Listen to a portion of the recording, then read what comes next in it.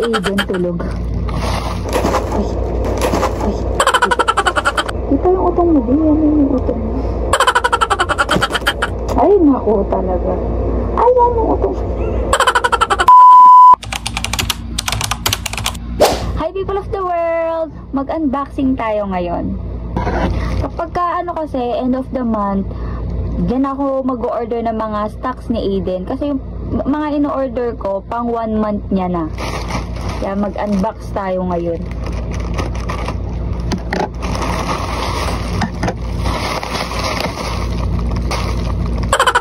Si Aiden tulog.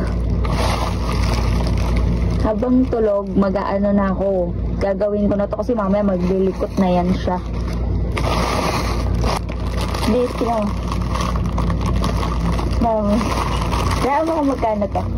Alam mo kung magkano lahat to bili ko dyan? 200. 200? Nasa ano lang? 89 pesos. Kasama na shipping fee. Ganito kadami lang. 89 pesos lang to. Ano to? Gagawan ko ng separate video yung mga binili ko. Ito naman.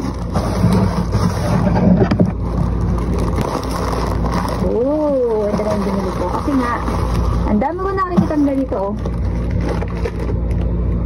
Tissue naman. Diba? Tayo mga nanay, tissue is life. Nag-iipit lang ako. Isa.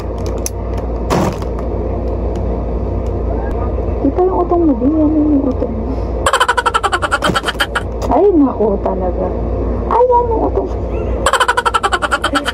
Unti lang naman to. Mga importante lang.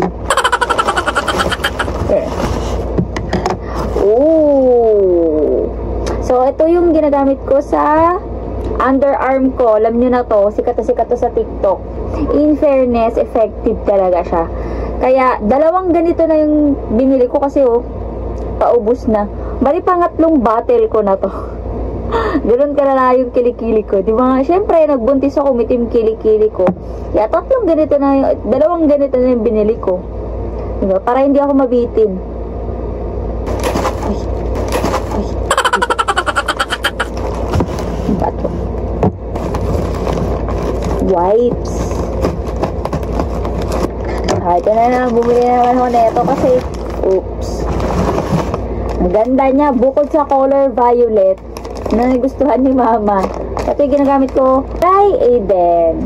Kapag magpupup siya, ganyan.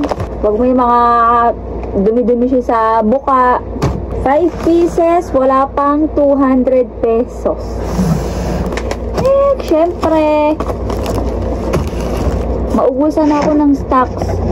Sa lahat ng gamit ni Aiden, wag lang to. Ang diaper.